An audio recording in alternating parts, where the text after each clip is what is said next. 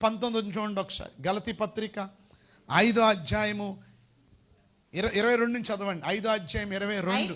అయితే ఆత్మ ఫలమేమనగా ప్రేమ సంతోషము. త్వరగా కంగారు పడకండి. ఒకటి ప్రేమ. ఉందా మీలో ప్రేమ? చెప్పండి. ప్రేమ అనేది మీలో ఉందా? ప్రేమ అనేది ఒక ఫలం. ఏ ప్రేమ? అగాపే ప్రేమ. ఏ ప్రేమ చెప్పండి?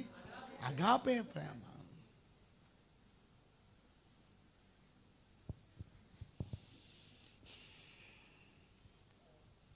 రెండు, సంతోషము. మీలో సంతోషం ఉందా? ఏ సంతోషం? వాక్యం చెప్తున్నప్పుడు చెప్పండి. ఆత్మీయమైన సంతోషం ఇది. ఇంకా చెప్పండి అయ్యగారు. ఇంకా 4 మాటలు చాలా మంచి మాటలు చెప్తున్నారు. చెప్పండి అయ్యగారు. అయ్యగారు ఆ ఫస్ట్ పాయింట్ కొంచెం చెప్పండి అయ్యగారు. ప్రేమ, సంతోషం, దేవుళ్ళో సంతోషించడం. మూడోది సమాధానం. అంటే పీస్. ఎన్ని సమస్యలున్నా పీస్, సమాధానం. అందరితో సమాధానంగా ఉండడం, అందరితో ప్రేమగా ఉండడం.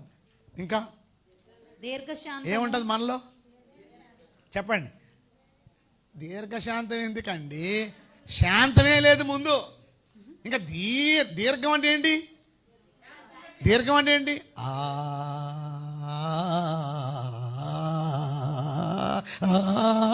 అది ఏంటది? దీర్ఘం. శాంతమ్మ అని పెట్టుకుంటాం, శాంతమ్మకి దీర్ఘం లేదు. ఇంట్లో శాంతి నివాసాన్ని పెట్టుకుంటాం, ఇంట్లోనే శాంతి ఉండదు. ఈరోజు మనలో ఏముండాలి చెప్పండి? దీర్ఘ శాంతం. అలా ఆయన అన్ని అన్నా ఆ మాత్రం ఏం చేస్తా చెప్పండి? నవ్వుతూనే ఉంటుంది. నీ కోపం రాదా? నీ కోపం రాదా? రాదు. ఎందుకు? అవసరమైతే ఏముంటుంది? అలా ఆయన కోపపడుతున్నా మీరు కోపంలో కూడా చాలా అందంగా ఉంటారండి. అనగానే కోపపడేవాడు కూడా ఏమైపోతాడు?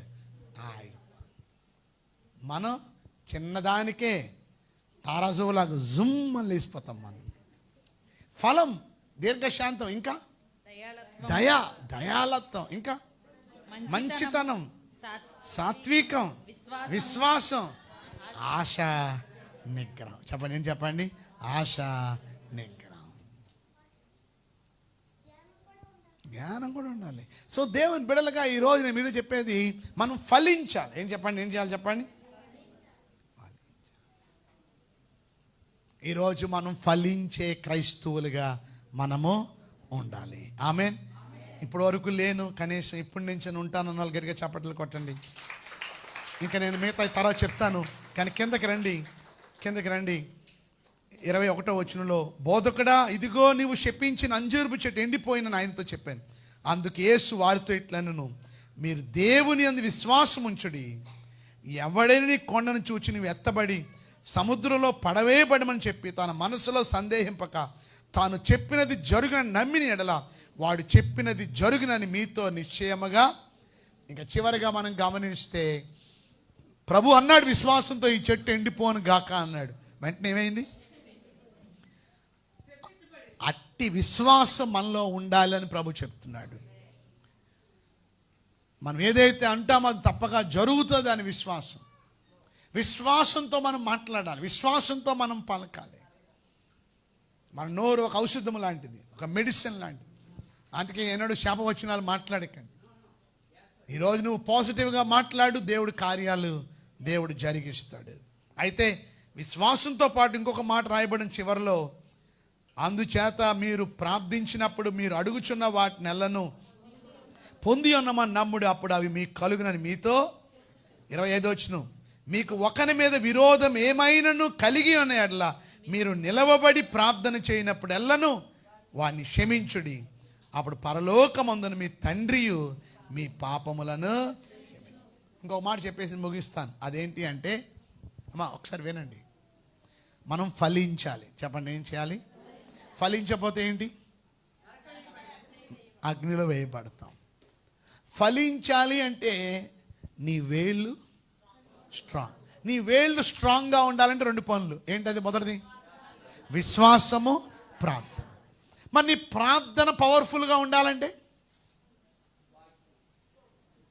ముందు నీకు ఎవరి మీదైనా విరోధం ఉంటే నువ్వు వారిని ఏం చేయాలి? నువ్వు క్షమించేయాలి. నువ్వు వారిని ఏం చేయాలి చెప్పండి?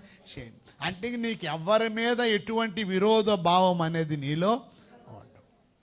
క్షమించే మనసు నీలో ఉంటే దేవుడు తప్పక నీ ప్రార్థన దేవుడు వింటాడు. నువ్వు ఎప్పుడైతే ప్రార్థనలో ఎదుగుతావో, నువ్వు ఎప్పుడైతే విశ్వాసంలో ఎదుగుతావో, ఆటోమేటిక్గా ఏమవుతాయి?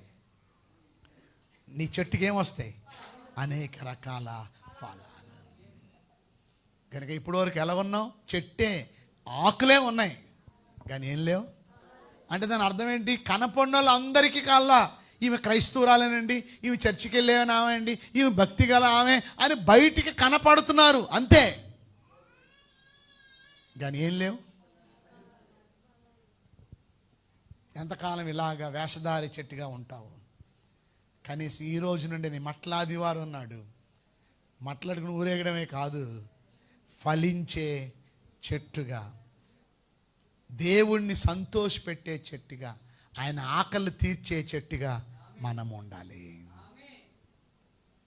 ప్రభు ఆకలిని తీర్చలేకపోయింది, ప్రభుని సంతోషపెట్టలేకపోయింది, ప్రభుని నిరుత్సాహపరిచింది. నువ్వు కూడా ప్రభుని నిరుత్సాహపరిచేవాడిగా, పరిచేదానిగా ఉంటున్నావా? ఒక్కసారి నిర్ణయించుకోండి. అందరూ లేచి నిలబడండి, తీర్మానం చేసుకోండి, కళ్ళు మూసుకోండి, ప్రార్థన చేసుకోండి. ప్రభువా, ఈరోజు సూటిగా నాతో మీ వాక్యం ద్వారా మీరు మాట్లాడారు. ఈరోజు నా జీవితాన్ని నీ వాక్యం ద్వారా నేను సరి చేసుకోండి. తీర్మానం చేసుకోండి. ప్రతి ఒక్కరూ తీర్మానం చేసుకోండి. ఎవరు అటు ఇటు కదలకండి. అందరూ దయచేసి ఎవ్వరు మాట్లాడ. ఇది చాలా విలువైన, అమూల్యమైన సమయం.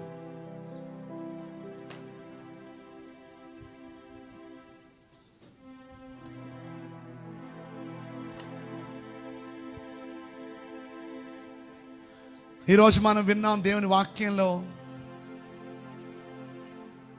నువ్వు ప్రభు చేత వాడబడాలి అంటే నువ్వు కట్లు విప్పబడాలి. అప్పుడే దేవుడు నిన్ను వాడుకుంటాడు. ప్రభు ఆకలితో ఉన్నాడు.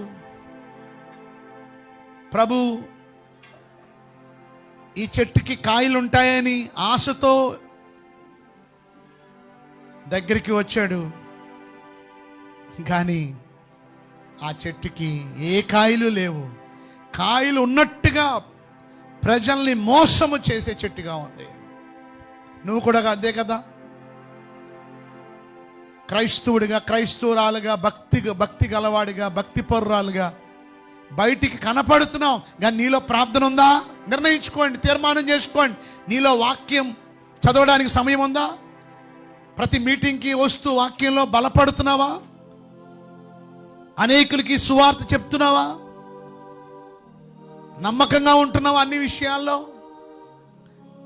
నీ క్రియల ద్వారా, నీ ప్రవర్తన ద్వారా దేవుణ్ణి సంతోషపరుస్తున్నావా? ఇది ఒక వేషధారణ చెట్టు. ఈరోజు వేషధారణ అంటే ఏంటో మనం చూసాం. వేషధారణ అనగా యాక్టర్. ఈరోజు మనం కూడా యాక్టింగ్ క్రైస్తవులుగా ఉన్నాం, నటన క్రైస్తవులుగా మనం ఉంటున్నాం. అయ్యో ప్రభువా, నన్ను క్షమించండి. మాట్లాడండి, దయచేసి నోరు చెప్పండి. External purity but internal rot.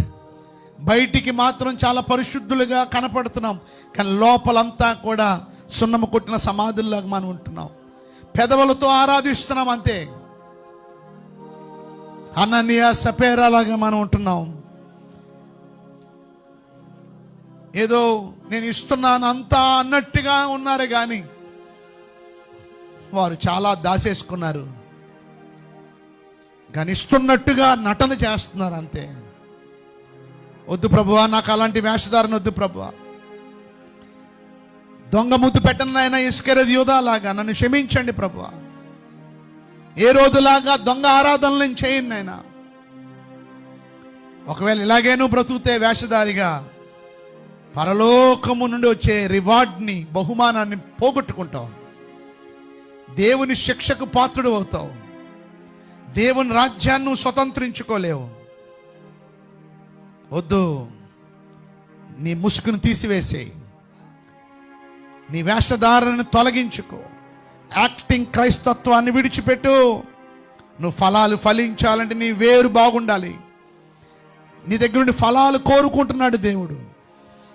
నువ్వు ఒక ఫలించే క్రైస్తవురాలుగా, ఫలించే క్రైస్తవుడిగా ఉండాలని దేవుడు కోరుకుంటున్నాడు. ఆత్మ ఫలము నీలో ఉండాలి, ఆత్మల రక్షణ నీలో ఉండాలి. నువ్వు ఫలించాలంటే నీ విశ్వాసము, నీ ప్రార్థనా జీవితం, నీ వేర్లు బాగుండాలి. అలా ఉండాలని అందరితోనూ సమాధాన పడాలి. ఎటువంటి విరోధ భావము నీలో ఉండకూడదు. యేసయ్యా మీకు వందనాలు. మాతో ఈ మట్ల ఆదివారం నాడు సూటిగా నేరుగా మాతో మీరు మాట్లాడారు. విన్న వాక్యాన్ని విడిచిపెట్టకుండా వాక్యం ప్రకారంగా నడుచుకునే జీవితాన్ని మాకు మీరు దయచేయమని, విని విడిచిపెట్టే వారిగా మేము ఉండక వాక్యం ప్రకారంగా నడుచుకునే జీవితాన్ని మాకందరికీ దయచేయండి. మీరే మహిమ ఘనత ప్రభువాలు మీరు ఒక్కరే పొందుకోమని యేసు పరిశుద్ధమైన నామములో ప్రార్థించి స్తుతించి వేడుకొనుచున్నాము తండ్రి. గట్టి చెప్తా ఆమేన్ అండి. ఆమేన్.